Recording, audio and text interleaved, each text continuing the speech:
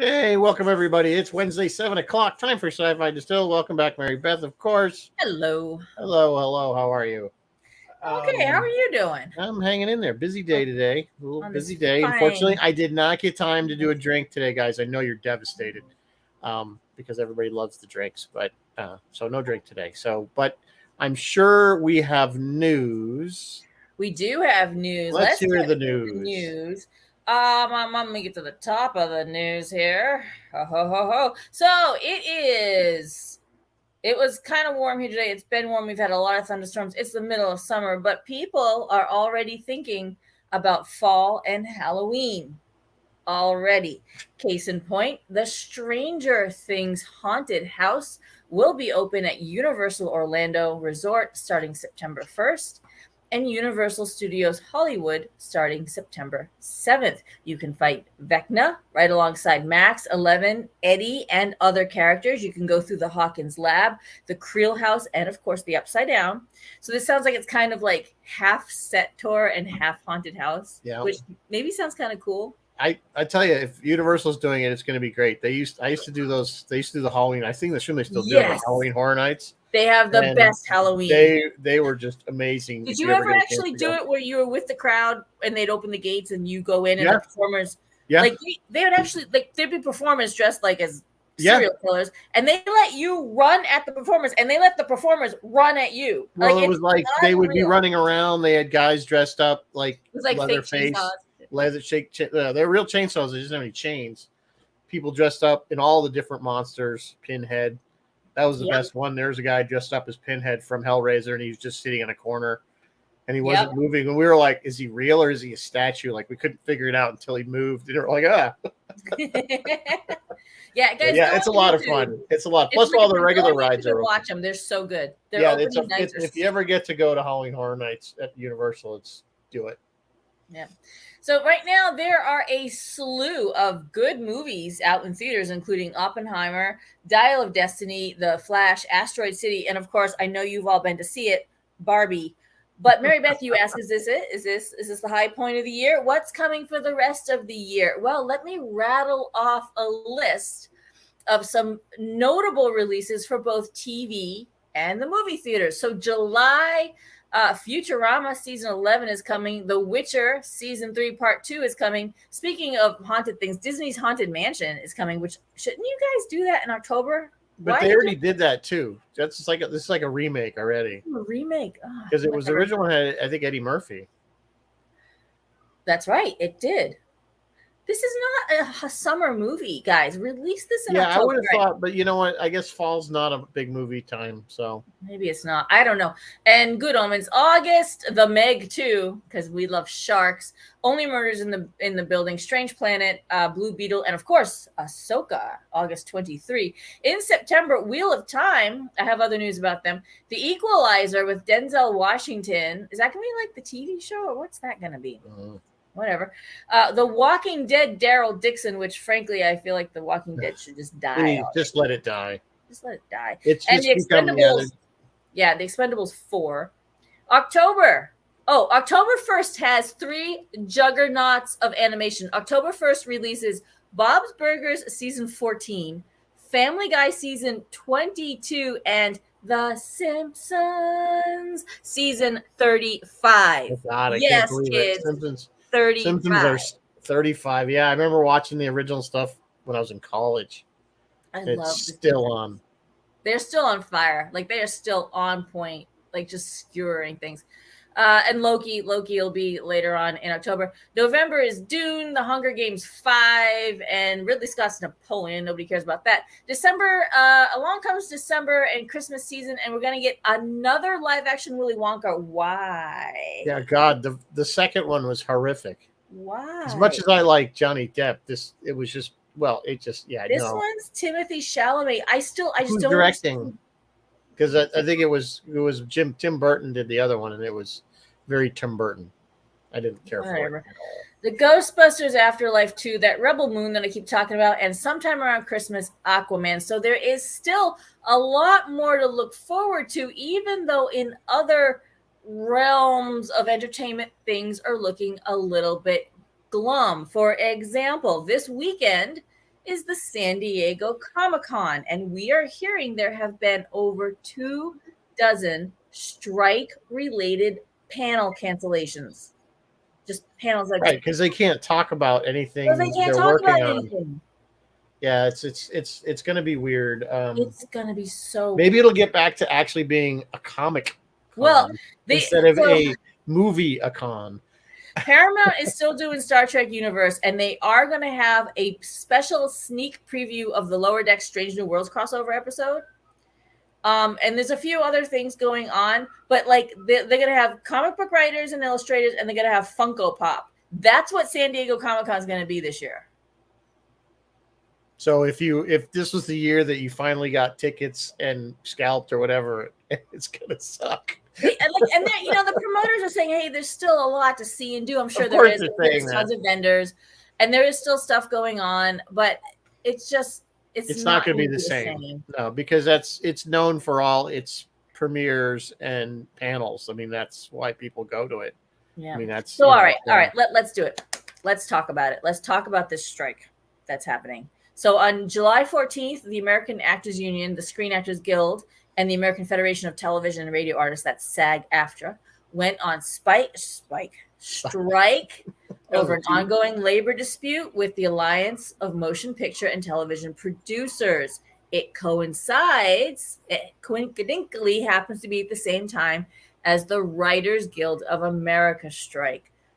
Some of the things that they are striking for are ratification of a labor contract, of course. Streaming service residual formula, meaning they're not getting good residuals off when their stuff streams, and they should be getting paid for that. Greater regulation of self-tape auditions. I guess you can film yourself and send it in. I don't know these details, but here's the interesting one. They want to prevent artificial intelligence from replacing actors on set. It was openly said, hey, we want to scan background extras and then just digitally reproduce them. And recently, The Flash, the movie The Flash that just came out, had a completely CGI cameo in it. And you're probably saying, what, Mary Beth? Star Wars did it too. They did CGI Leia and CGI Luke and CGI Grand Moff Tarkin. Yeah. But no, they kind of did. But those were real actors who embodied it and acted it out. And then they just sort of overlaid, just enhanced it over on top. And those actors got paid for their work. This stuff going on in The Flash, as far as I know, and if someone knows different, please give us the information because we want to be correct on the show. This stuff in The Flash, pure CGI. Yeah, and, we've talked about this before. I think, that AI may replace, they're going to end up writing the things. They're going to end up, I don't know how long the unions are going to keep that back. I don't know if it's going to happen in our lifetime, but I do see a time when computers, everything is just, the computer's just going to generate the whole film. And that'll be that. I mean, you might have people. Yeah,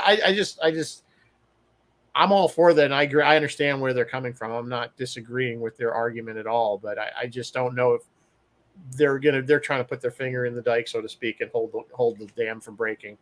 Yeah, I don't know. It's going to delay it, but I don't see this stopping. It's going. The money will drive it.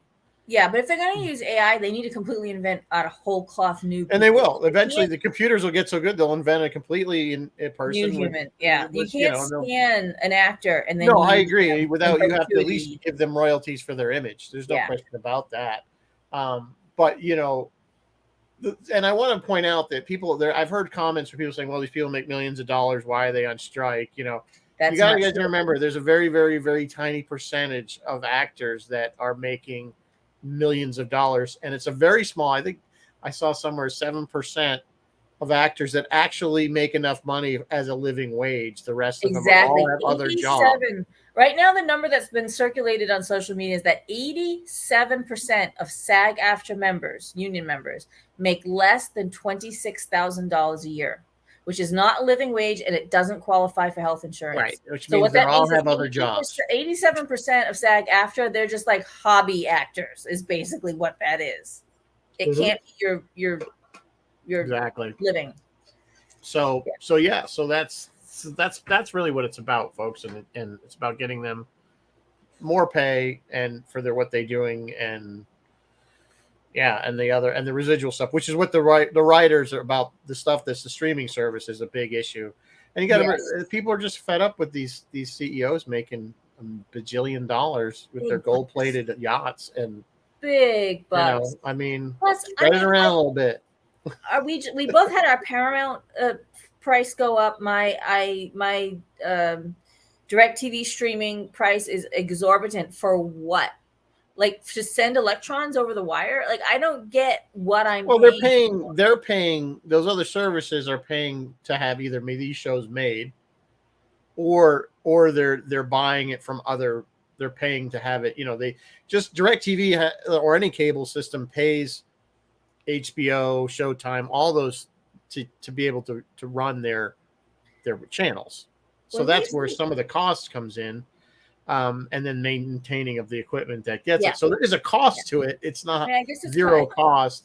I know it looks to us, but this is why we're getting eight episode seasons. Exactly. This is because there's so much competition. There's so much going on.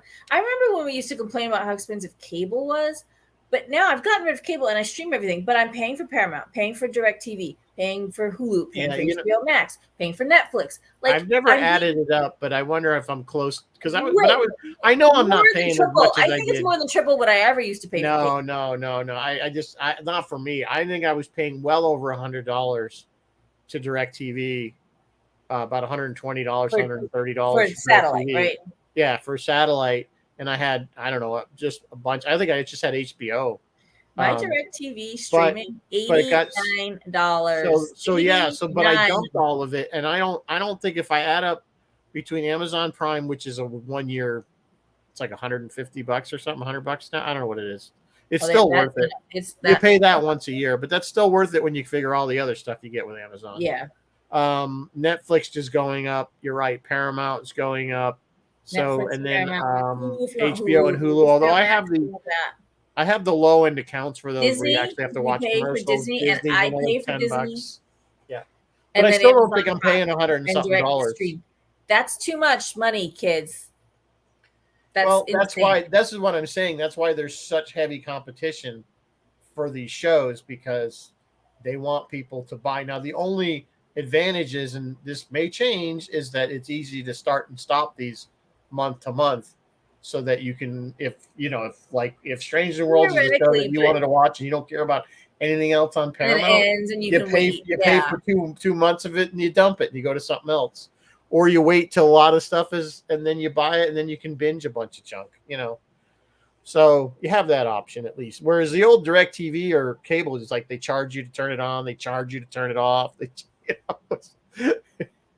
So I still think it's better than cable or satellite, but I mean, I guess it's better, but it shouldn't be this expensive. But anyway, back to the strike. It's what we live in. So yeah, I don't know. I support the actors and the writers. Yeah.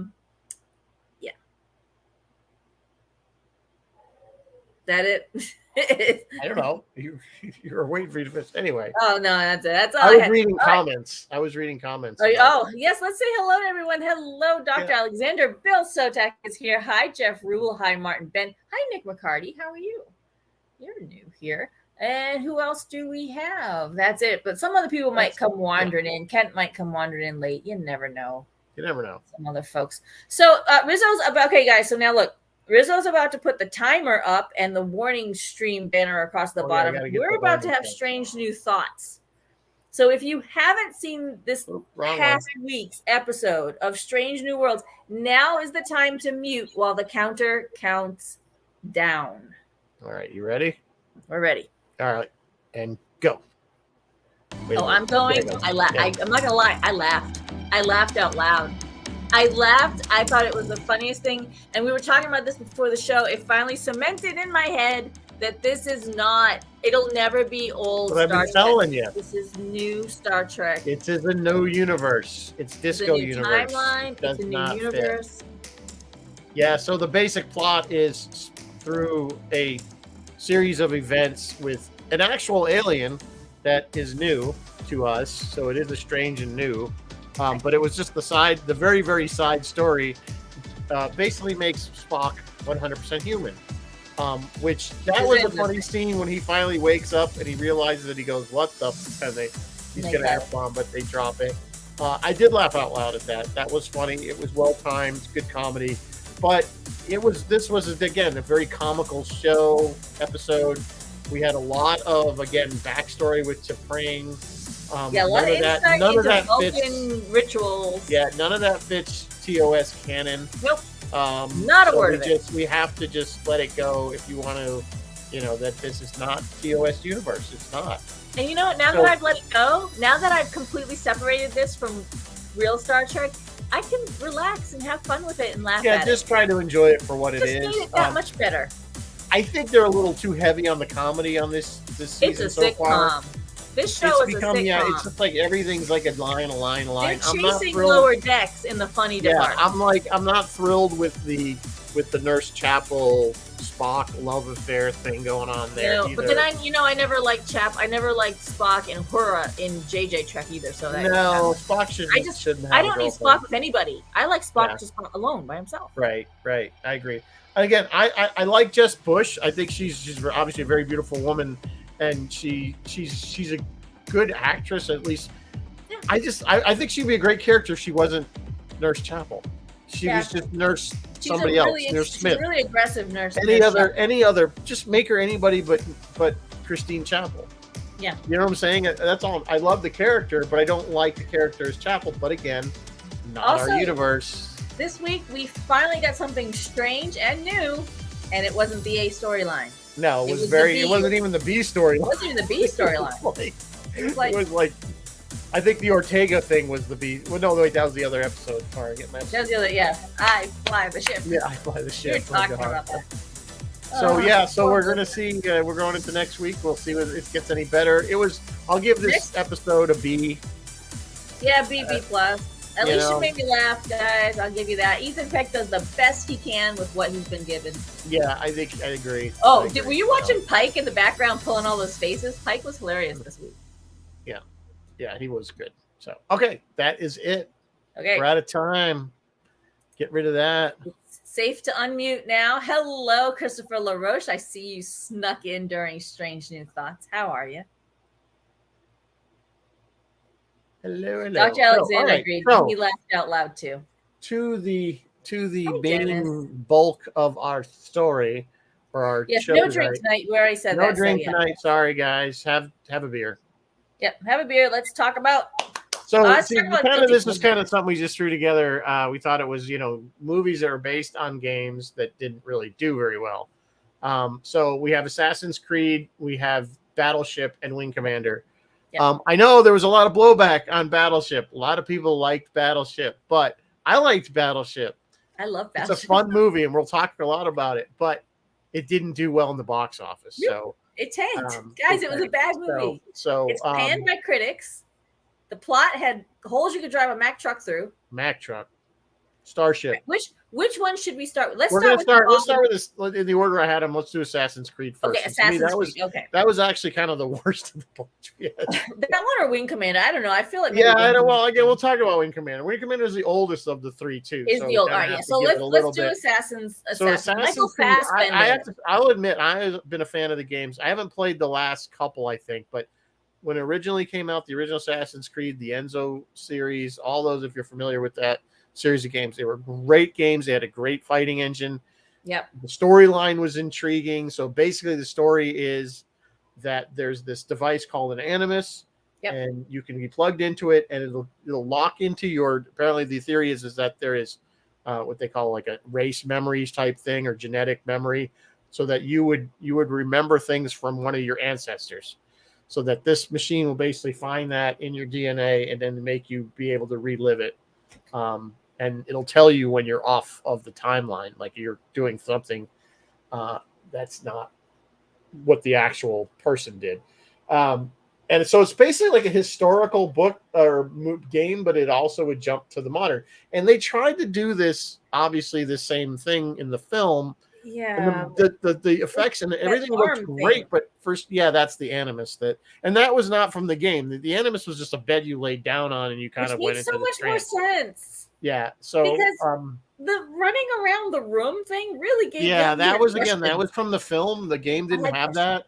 In the game, your character laid down on this funky looking bed and you kind of went to sleep. It was all happening in your mind, so to speak. Makes so much more sense. Because he's just like being held by this thing and he's running. Like, how does that? And if he's riding the horse, is he just being held by this thing with his knees up, going like that's this? That's probably why, it's just, I don't know why they felt they needed to do that, maybe to make it more interesting. So that was one thing. I think you're right. That was just really weird. I don't know what it was about this. It should have been awesome. Like, it started out. The trailer looked good. I mean, it started out great because I was not familiar with the game, so I was hooked. That first opening 10-15 minutes, I was hooked. And then one of the key things from the game, and they showed this when there's really like up on the peak of a church shop, a steeple or a very high building, and they would dive off. Yes, that's very ingrained. That's a very big part of the game. Yes. You'd climb up, and that's how you would basically open up new areas of the map, so that you would climb up and it would scan, and then your map would populate with other things, so that because you could see that was the idea. So, and then you jump off and always into like a hay bale or something, or water or something like that. But that was a big thing. So that was really cool. They did that. Like I said, visually the game or the movie jumped off something in the game, but it didn't do anything. He just didn't die. He should have died. Well, that's the thing. He's supposed to be like it's almost like what's that, parkour? Yeah, parkour. You kind of run and do all that stuff, and you're extremely. Yeah, right. Our ancestors were really into parkour. Well, you got to remember now, these guys aren't just your average person. They were of a society of assassins that were trained for this. So where this movie fell down with the whole Apple of Eden, like that was not exactly explained. I understand, and that was key to the game. Better. In the original game, that was part of the original game. Is the Apple of Eden. Yeah, and it ultimately. Spoiler alert, in the game was, and I guess in the movie was an alien technology. Oh. And that's there, and they expand that more in the second, third, and fourth games. That all gets that whole storyline gets very expanded, and it's a good storyline. It's interesting, but so you kind of get this weird. My dog's streaming. I hear him. Or her? Is that Ripley? It's her, Ripley. Hey. Trying to do a show here. Sorry. So back to the Apple. Anyway, she's just barking at porcupines in her sleep. Wake up. Ripley, wake up. Wake up. Hey, wake up. All right. Sorry about that. So she likes to sleep under my desk. I don't know. Anyway, I lost my train of thought. What was the Apple. I was saying the Apple wasn't well done. I didn't understand it in the movie, and that I understood the game did it better. The game did it better, but again, just like in a book, you have more time to explain it. Sure. And they didn't in the first game. They really didn't explain that it was alien technology. That kind of came in the later games. We just didn't know. We just knew that this thing had a power. That had certain, abilities that gave. Yeah. But we didn't realize. I think later we discover, if I remember, in the second and third games, we find out that it's alien technology, because then you go into this whole. You actually meet the aliens, like the. That's even more interesting. They're like holograms, like in a computer, kind of like. That's more fun than just running around watching your ancestors. Yeah, I think maybe they tried to bite too much off with the movie. From the games, it really was kind of based on the original game, from what I gather. But those of you who have seen the movie know that the ending clearly expected a sequel. Like, there's no true ending; it just kind of And they most assuredly expected a sequel. And here, this was 26. Well, I think they were banking on the fact, look at how many games that turned into movies that were successful. Resident Evil, for one, Resident Evil probably one of the ones that's the most well known, because although those movies are generally not great, they were very popular. True. Fast and Furious. I think the films outproduced the game. Yeah. I think so too. The films became more popular than the game did. Mortal Kombat did pretty good with at least one of theirs. And then what was the driving game that turned? Wasn't there a car driving? Not Fast and Furious. I don't know. I'll think of it. Yeah, there's been a bunch. One of the ones I think that did it well, but it really wasn't based on one game. Well, would be Ready Player One. Ready Player One, Final Fantasy, Uncharted. Yeah, Final Fantasy did the original one back in the 90s, and the movie itself was rather boring, I think. I don't know. I remember that movie. At the time, the CGI that they used, the animation was groundbreaking. Yes, it was. I remember looking at that animated female, for the 90s. I'm like, oh my God, look at her. Yeah. She looks so real. I remember watching that was huge for the 90s. You got to remember that was, almost 30 years ago. Probably the movies made from games, I'm going to call Resident Evil the number one. They've done so many. I can't think of one now. Yeah, I can't think of one that's more popular. I mean, because Doom's done it. That movie, we could have put Doom. Mortal Kombat. If you guys want us to do a part 2 to this, we will, because there's so many of them. There's Tomb Raider. There's Prince of Persia. There's Max Payne. There's gazillion of them. Yeah. Doom didn't do well. Prince of Persia didn't do well. Street Fighter, Mario Brothers. A lot of them don't. They just. And I don't know, there was some commentary when I posted this, people making fun of E.T., the video game, which was, I think, on, I don't know, ColecoVision or I don't know which one it was on. But that was a terrible game. It was just awful. And it was like, when there's a popular movie and they make a video game about it, it usually stinks. Yeah. Because it's just something they slap together. You know what it's equivalent to? The Spock helmet with the siren on it. Yeah, kind of. That equivalent. We're just going to throw something, put Star Trek on it, and call it good and sell it to kids. So that's the same thing with these video games that they can make for movies. Popular movie, we'll make a shitty video game, and everybody will buy it because it's got E.T. on it. Yep. And so, but the reverse does not happen with the movies. The movies look good, but then when people go, like, nope, nope. No, I was just looking at the list of games to movies. It's quite a list. If you guys want a part 2, we'll do it for you. Yeah, Bill, I don't think there was a Grand Theft Auto. No, I didn't see Grand Theft. I mean, there's a few direct to video, and it may be in there, and there's a few made for TV, and so it might be in there. But for movies, like straight movies, I'm not seeing Grand Theft Auto. No, Grand Theft Auto, which is a great series of games. Blood Rain, one of my favorites. Silent Hill, Dead or Alive. Yeah. In the Name of the King, like this. Of course, now we've had the HBO's, The Last of Us. Series, which was a very popular video game, and they did a brilliant job of bringing that to the screen. They did, and they stuck very tightly, very close to the game plot. Yep. And people loved it. But and I never played it. My wife she doesn't play video games. We both loved it. So I did too. I watched it. I think that was the key with it, is that it was popular with people that had it didn't matter if you played the game or not. It was still a great. It was just a great story. Yeah. It was still a great. And I love the fact that the whole apocalypse and the zombies are kind of still like this. That really wasn't the focus of the show. The focus of the show was the survival and the relationship of these two characters. Yes, absolutely. And it made for a great story. So let's move on then. Let's talk about a game and a movie that maybe did not do quite so well. Let's dig into Wing Commander. Wing Commander, 1999. Woo! Freddie Prinze Jr. I played this game. Lilliard. This is a game that did not survive into the new millennia. Really, it was a PC-based starship or starfighter fighting game. Yes. Strictly that. It was like in the Kodan Armada. What's the last? Yeah, it was very much kind of like Last Starfighter. You have humans against the what the hell were they? The Kalthraki. No, that's from K-Thraki. Something Thraki or Daki.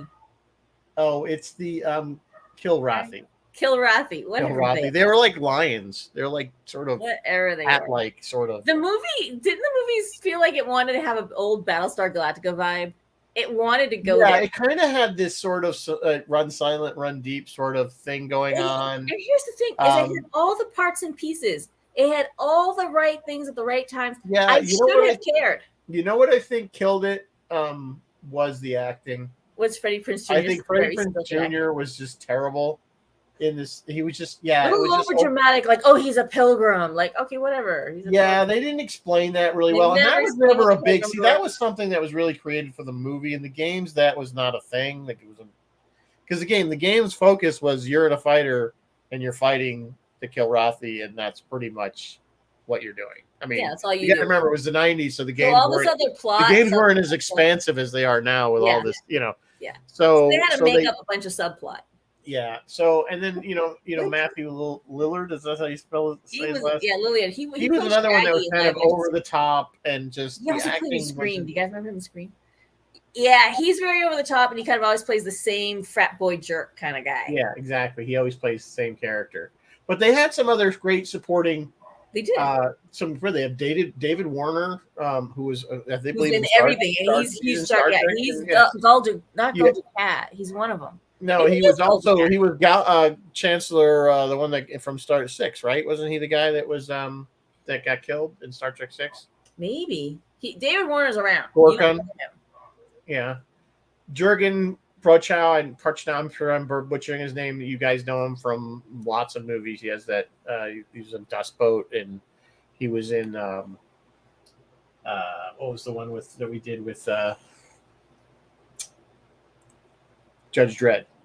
The Stallone version. So you know him, but I'm saying there were some great actors in it, but they were all supporting actors. Yes, that's true. And I think the story wasn't that bad. No. It was basically harsh. They killed the one chick off, and then pushed her dead vehicle off the side of the ship. It's like, yeah. It had a few moments. I was like, this should be working. It didn't work. Yeah, it was like some weird combination between submarine and carrier. Yeah. It was weird. I don't know what it was that just didn't work with this film. I still go back to the actors. I watched it a few times. It's like, the worst part is the acting. You're just like, you're not buying these people. You don't feel like you give a shit about them. Most of them are reasonably good actors. This makes me wonder, is it how it was filmed and edited? I don't know what's wrong with it. I can't put my finger on it. No, it's universally panned. Nobody really likes it. No one likes it. No one watches it. And it's a shame, because I wonder if it's what killed. It might have been to the demise of the video game. Oh, I hadn't thought of that. That it didn't continue on into the 2000s, because so many games, we still have games like Tomb Raider started way the hell back in the 90s, and they're still making Tomb Raider games. They're still rebooting a lot of these old games that were popular, just modernizing them. Grand Theft Auto is up to version 5 now, and it's huge presence of an online game. Fallout's another one, started out in the 90s, still going strong. In fact, there's going to be a TV series this fall about it on Amazon. So, I don't know. It's a good question. I'd love to know if it had something to do with it, or if I forgot who the software manufacturer was for that. I don't know either.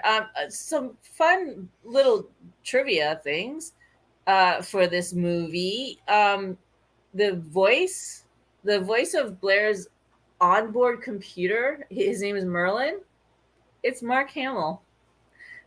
The man voices everything. Yeah, he is. What does he not voice? Yeah.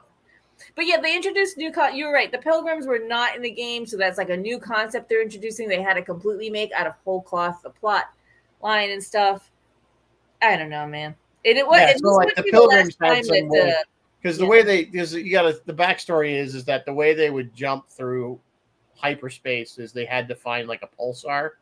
star, and they somehow use the high gravity. Oh yeah, and they're like navigating. But to navigate through that high gravity area, you had to have very specific coordinates, or these pilgrims that had been out living in space for many centuries, I guess, developed this ability to be able to naturally navigate without a computer through the net and through. So they're like the Spice. They're like in Doom. Yeah, they're like the navigators from the Navigator Guild. And yeah, they're very similar to that, but they're for some reason they're disliked. No one likes the pilgrims. Like they all wear these switchblade cross things.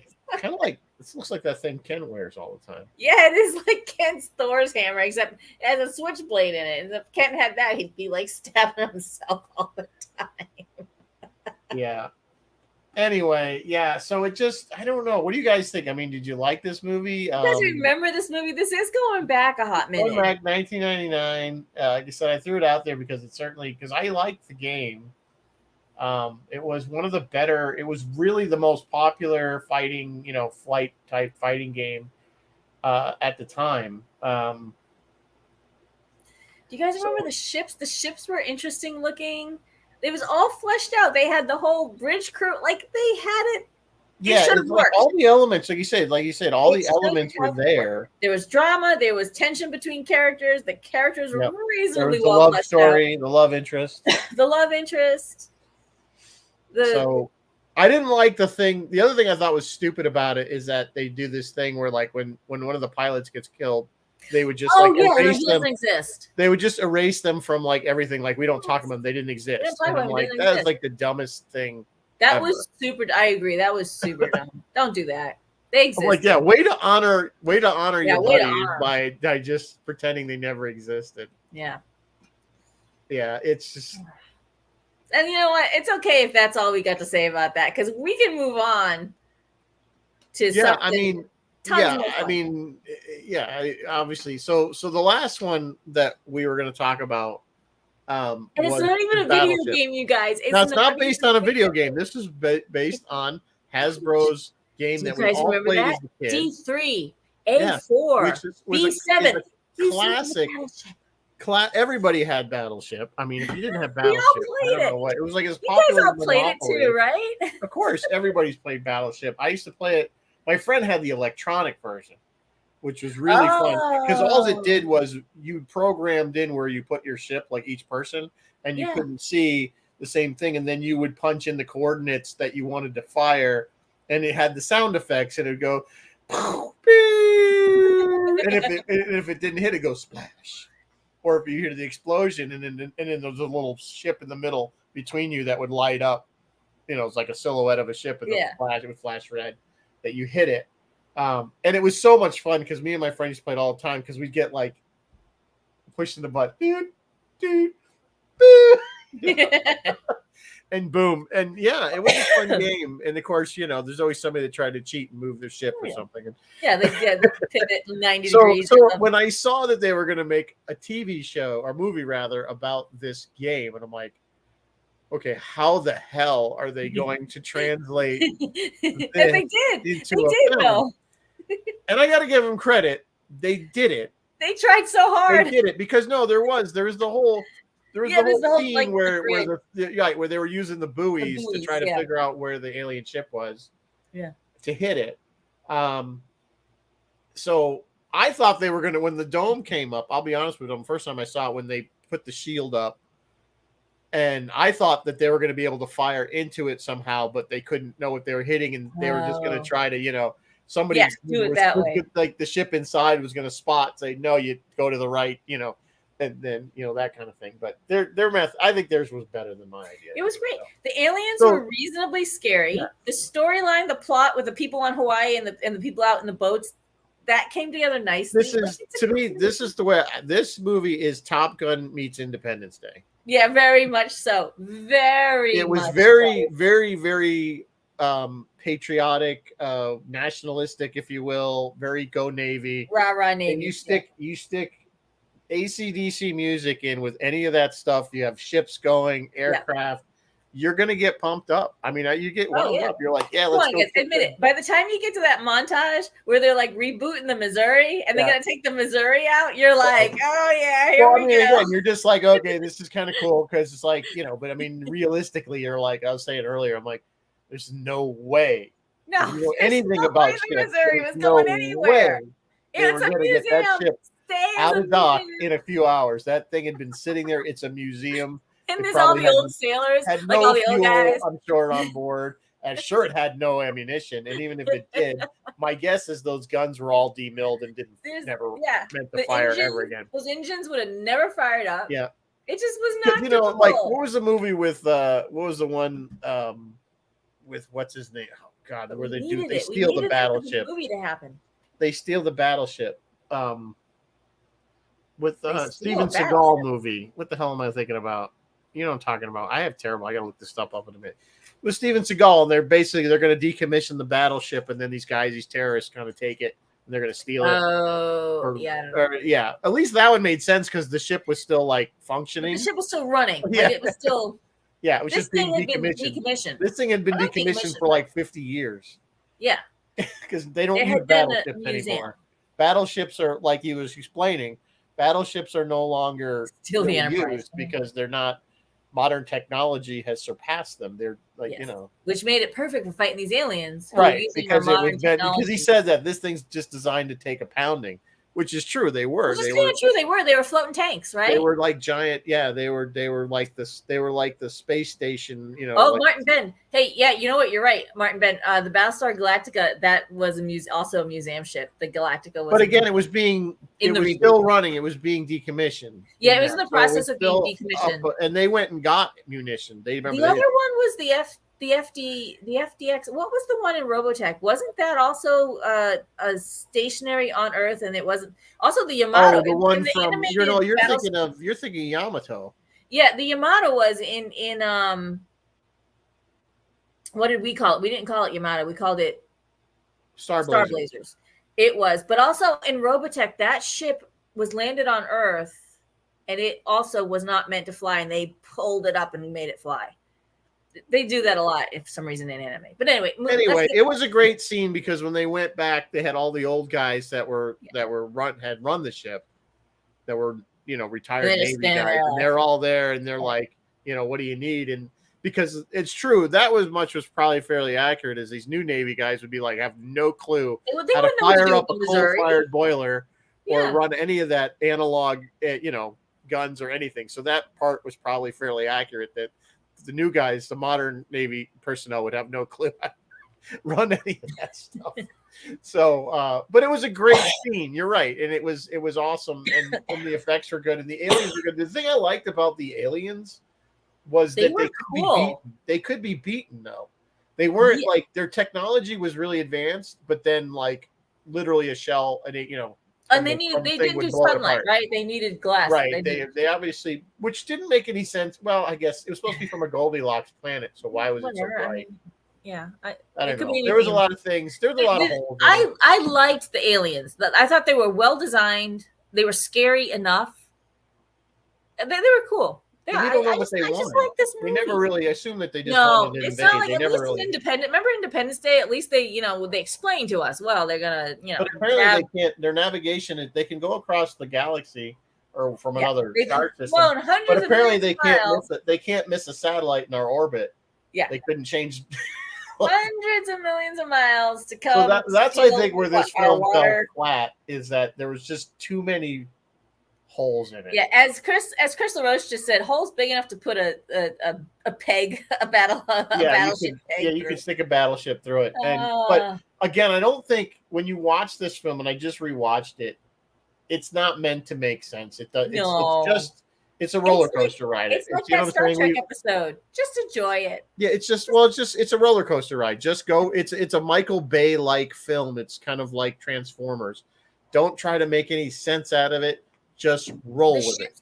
The alien ships were cool. Like when they were out in the water and they were taking the little boat up to the alien ship, like that stuff was all cool. Yeah, it was climbing up on that thing. You don't know what that thing is, Yeah, and I mean, even like their weapons weren't like the other thing. Like, their weapons weren't like lasers or stuff like that. They were still like ordnance that they were, but those things that tore up the.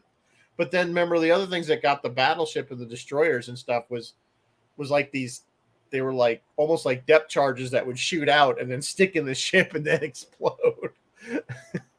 So but I like the fact that they were beatable. You know what I'm saying? Because clearly, and the nice part about that is you're saying, well, these guys really weren't that much of a threat when you consider you throw the whole United States Navy or the world's Navy or whatever against these things would probably pretty much win ultimately because of attrition. But clearly they were trying to send a message to bring a lot more of these guys. That was the whole point. It was kind of that you got to stop them before they can make a message and bring more of them here. It's just kind of a common trope. It was our Navy, and it was for some reason the Japanese Navy. I don't know. Well, they were doing like they played volleyball. I don't know how specifically it was Japan that got roped into this, but that's who it was. Well, again, because it was Pacific Fleet, and again they are an ally, and I think it was RIMPAC, so they were doing the exercises. That's why they were all there. So it gave an excuse to have all those ships in that area. Jeff says, I like when Rihanna blew the one alien apart with the big gun. Mahalo. Yeah, that was kind of, and again, kind of. She did okay, and Jesse Plemons did okay. Right. The best part, of course, Brooklyn Decker. I mean, she's just phenomenally gorgeous. I'm sorry, she's like perfect. She is. You know who I love though is the army dude with the. The guy with the nose. I loved him. He was a great character. It was a fantastic character, and it was fantastic representation, and I was 100% for it. I loved him. I thought he was fantastic. More, please. I'd like to see them running around having adventures. That would be cool. And this was supposed to be kind of Rihanna's big thing. Like they kept promoting Rihanna more than anybody else. I remember that. Was this her first film? I don't know if it was her first film. I guess you got to look at her. And then right after that, she did the soundtrack for one of the JJ treks. And I remember liking that song and liking her video for it. Because she did, you know why? Because she did the video in Finnerman colors. The whole video was Finnerman. Oh, really? I was like, hey, look, I know those colors. Yeah, it wasn't her first. She had some other stuff. But I think as far as movies go, this looks like everything else was music based. I think this was her first like kind of action type. And she really looking at her, everything went back to music video. Yeah, I don't think, and not that she did a bad job in the role.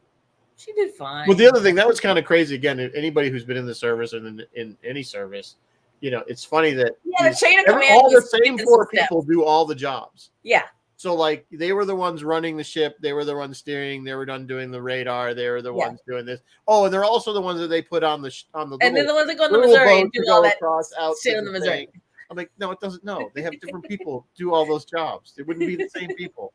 I wondered about that. I'm like, where's the rest of the crew? You guys really doing like Hopper would not have been out on that boat. There wouldn't have, probably not even been an officer on that boat. It would have been like maybe a chief. And of course, it was the well-used trope of this guy's in trouble. He's about to get booted from service. Right. Yeah. And he rises to be the hero. That was again. That was definitely a regular trope. I hate that. So they did use a lot of. They went to the well for a lot of this movie. Yes. All that being said, it was still fun. It was still a lot of fun to watch. So I call this is one of those guilty pleasure movies where you don't want to absolutely you don't really want to admit that you liked it. No, I admit it. I liked it. So Battleship, I've seen it a couple times now. I think this was only the second time I've watched it. I've seen it. It's almost like new. Liam Neeson gets a check, I guess. Well, Liam Neeson, clearly they were going for because they had some fairly big names in it. I mean, aside from Rihanna, you had Alexander Skarsgård, who came. He just recently he was a huge character on actor on True Blood. Yes, that's where I found. That's where Liam Neeson known at Brooklyn Decker. This was one of her first films, but she was known for Sports Illustrated model before that. So. Like I said, it was worth it watching just to watch her. You had Peter McNichol in there. Although I didn't really buy him as well. Supposed to be like Rami Malek.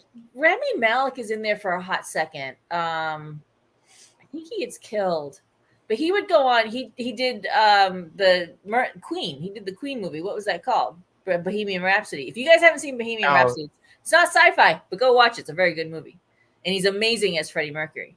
I have not seen that. Rami Malek, you know him better from Mr. Robot, probably.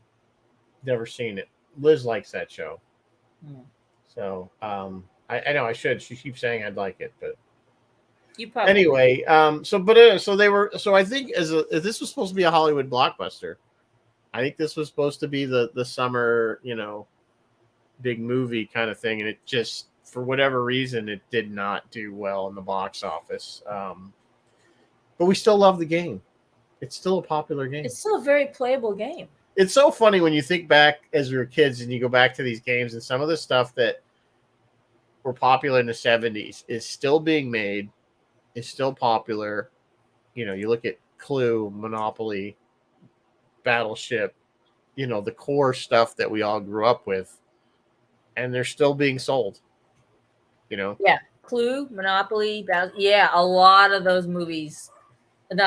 Games. A lot of those games are still. I don't know too many other board games, if you want to call this a board game, or at least non-video game that became movies. Clue certainly was one. Clue was probably the most successful, I think.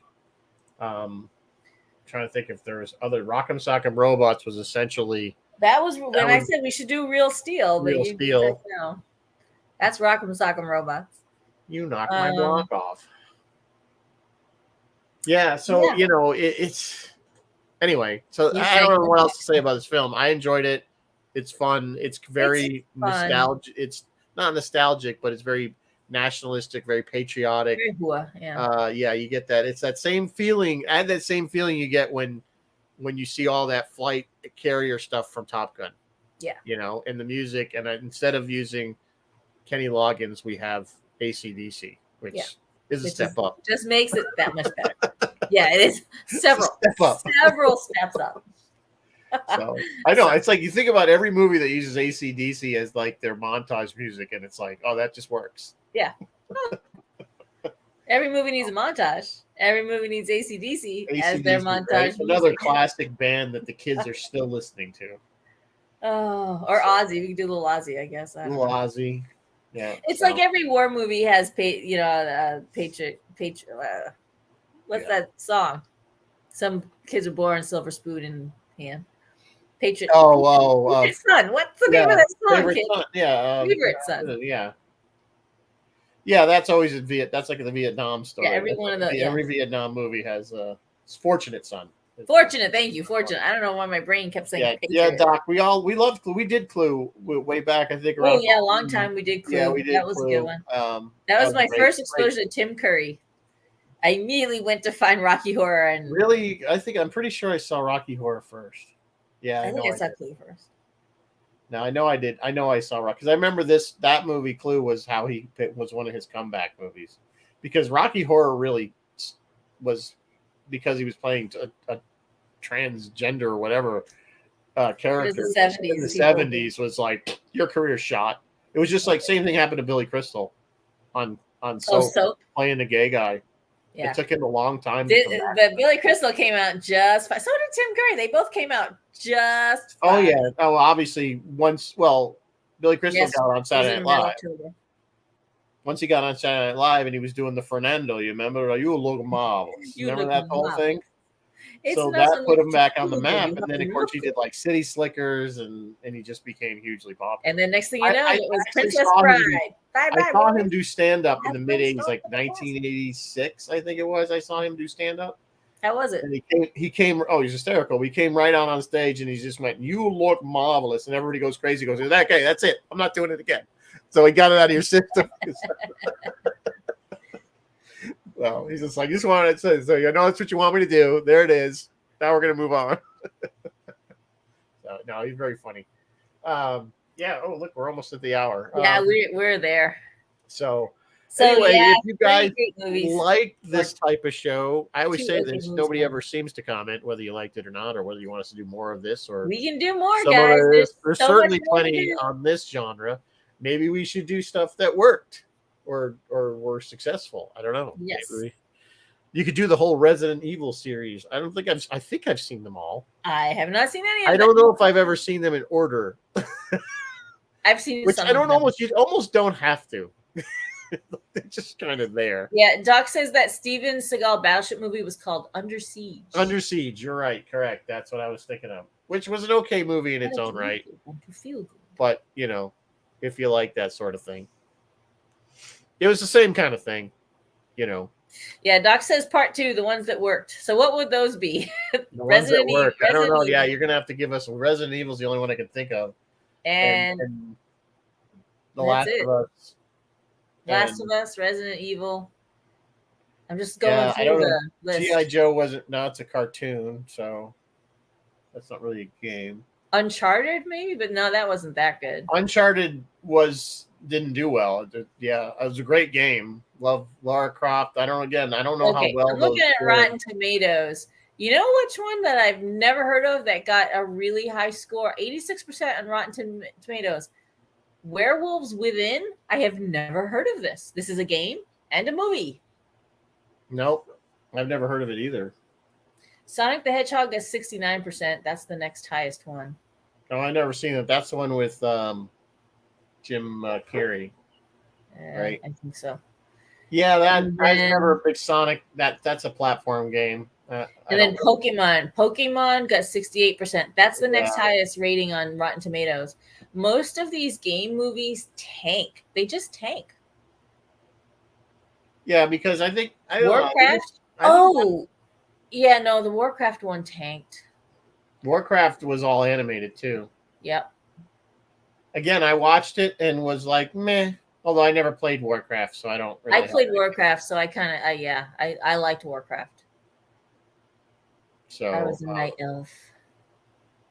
Run around. Yeah, I never really got into that. Was that the one that you had to build? No, you played the one, the online one, the newer, because there wasn't the original one. Like you built your little colony and then you had to defend it, and with getting resources and that wasn't. No, World of Warcraft just plopped you in and said off you go. You didn't have to do much. I mean, you had to build your skill set up, but you didn't have to. Yeah. Create a city. I don't know. Is that still a thing? People still play that?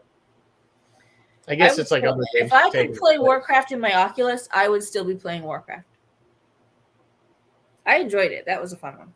Just one thing, at least, if I want to sit and just have that experience, I could just stick with the PlayStation. I could just put the headset on, and you can play any game. It's just not necessarily.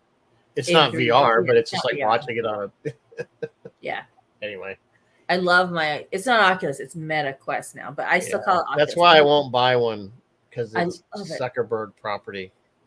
It is a Zuckerberg. I just don't want to give him any money. He's got enough money. Okay, it's almost 8:00. All right, I did not talk to Phil today. I don't know what Phil's doing. Roy is doing the spoof of the James Bond films called Dr. Goldfoot and the Bikini Machine. It's kind of spoofing Dr. No and Goldfinger. 1965. 1965. Vincent I'm not Price. I mentioned this on Roy's page. I think Vincent Price was the kind of guy that would do anything for a check. Because I love Vincent Price, but I think he's done some stinkers. I still love him. And for those of you who may have been asking or wondering, as of this time, to the best of our knowledge, the strike does not affect Trek Condor. I mean, it does affect Trek Condoroga. There will be restrictions. There will be restrictions. They cannot talk about their work. They cannot talk about Star Trek. But they're still coming. They're still doing photo ops. They're still doing autographs, and they'll still sit and talk to you if you've got a bridge chat or whatever in the live on stage. They will still sit and talk to you about everything else under the sun. So come on out and meet the guys.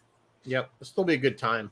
Still gonna be a great time. You come to my panels; they're always a good time. Do the Rizzo panels? Do Captain Phil's panels? Yeah. We got some good stuff lined up. We got 520. We're going to show 525, 77. 525. Yeah. And I hope you guys all love that movie the way I do. We're trying to get Patrick to come. I don't know. We're trying to get Patrick to come. So that would be awesome if he does. And he wrote it. And I'm wondering if he's in the Writers Guild. Is he on strike? Oh, yeah. Because he wrote that movie. I guess you could, like I say, you can just throw him a message and see. Yeah, I'm going to reach out. So anyway, yeah. So as usual, I have no idea what we're doing next week. We'll figure it out. I gave Rizzo a whole bunch of very ideas. Busy. Yeah, I know she does. It's my fault. It's just been a really busy summer, and I just am having trouble. Like today was just work wise. It's been a busy summer, and since I was treading water all day. Been... I could never seem to get a break today. So that's why there was no drink and anything else. So it's all good. We know real life takes precedence. Yeah, I gotta earn that money so we can keep doing the show. and keep going in Ticonderoga. This does not pay the bills, and that does not pay the bills. If anything, that's negative bills. So. Nope, that sucks the money right out of you. Exactly. So, all right, folks, it is 8:00. I let you go. Thanks for watching. I hope you enjoyed it. We'll be back with something next week. I don't know. Until then, live long and prosper. Watch some Strange New Worlds and laugh. Good night.